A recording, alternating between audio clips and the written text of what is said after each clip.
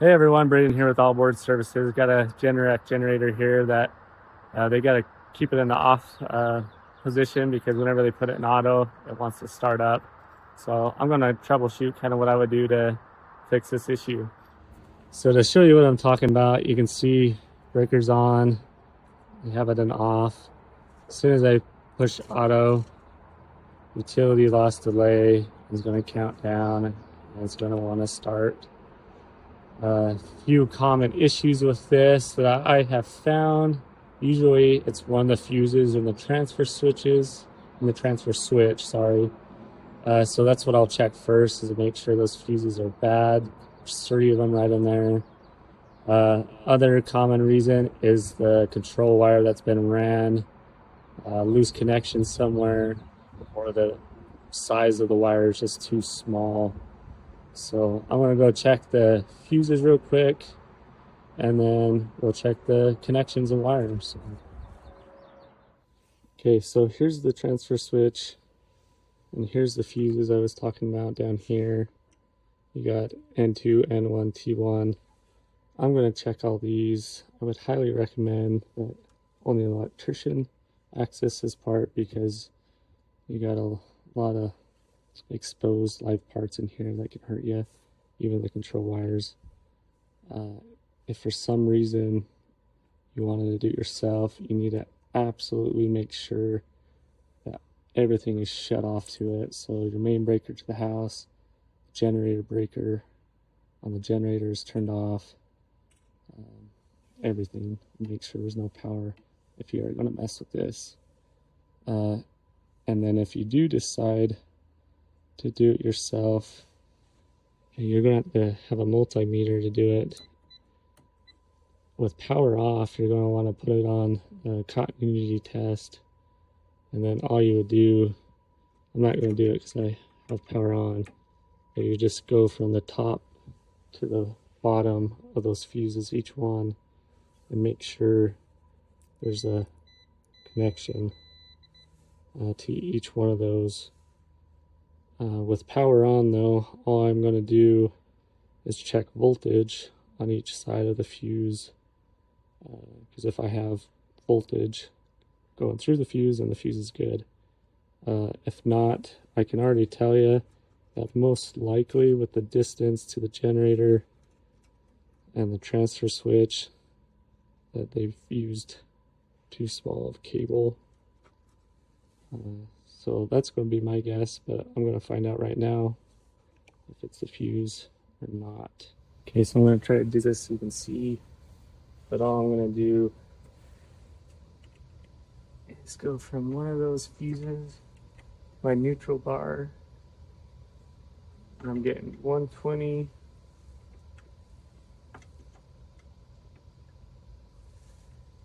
120, 120.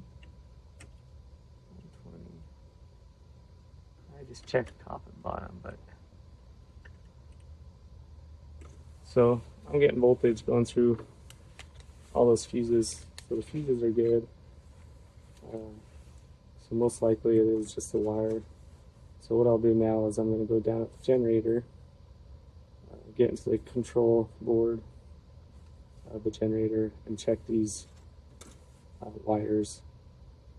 And what will actually happen is you'll actually be able to see if it is one of the wires. You'll actually see the voltage drop because the wire is so small. So instead of 120, on T1, N1, or N2, it'll be lower, like 105 or something like that. It could be anywhere lower, at least enough that's telling the generator that there's no power. So I'll go check that out. Okay, so what I'm going to do now is just going to access the control wires. They're going to be over here. So all I need is the number 4 Allen key to take. Looks like this one's missing the Allen. Well, usually there's one down here. So I'm going to take these 2 off.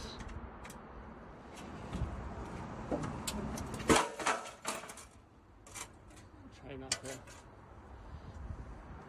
drop the cover when you open it up, and then 2 more Allen screws,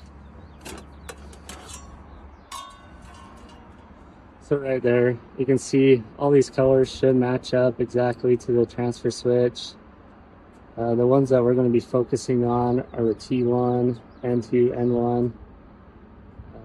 Don't need to worry about 23 and 194 right now. That's what we're doing. Most likely we're going to be swapping out the cable anyways.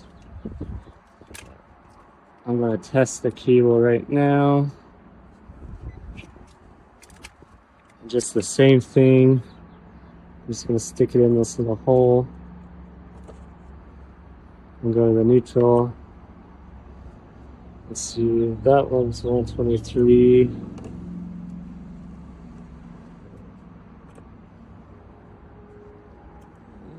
Make sure I'm in on the way.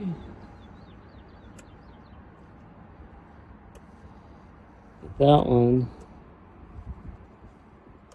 I'm in there pretty good. I'm gonna get 19. That one's 23, so there's something going on with that black wire. But there you can see. So I'm gonna first double check the connection,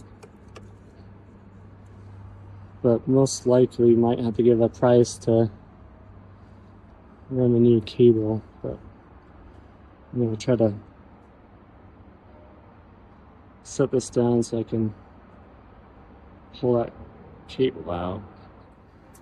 Yeah, so as you can see, even with the wire disconnected, going to neutral, I'm only getting 29. So there's something wrong with that black wire, whether it's just too small or there's a break or something with it. Looks like there's a few black wires in there. Maybe they just, well, maybe they don't have the right one hooked up, so I'll troubleshoot it. But that's why it keeps wanting to start in auto, is because this wire is only sending that 30 volts, 29 volts down to the generator. So it's saying, hey, you're not getting 120 like you should be. We're gonna go ahead and start because we're sensing a power loss. So fix this wire will fix the problem. So I actually found the problem. You can see there's actually 3 black wires coming through this cable. It's really hard to see, but right there in the middle, there's 2. There's this one. There's also one right there in the middle, and that one's actually getting 120 volts. So the issue is they just hooked up the wrong black. They didn't double check it. That's why I don't like using this kind of cable. It's really hard to keep track of everything. Plus, to me, it's a little small. So once I strip this back, hook that one up, we should be rolling good. So now that I got the right wire hooked up, I'm going to test it out just by pushing auto.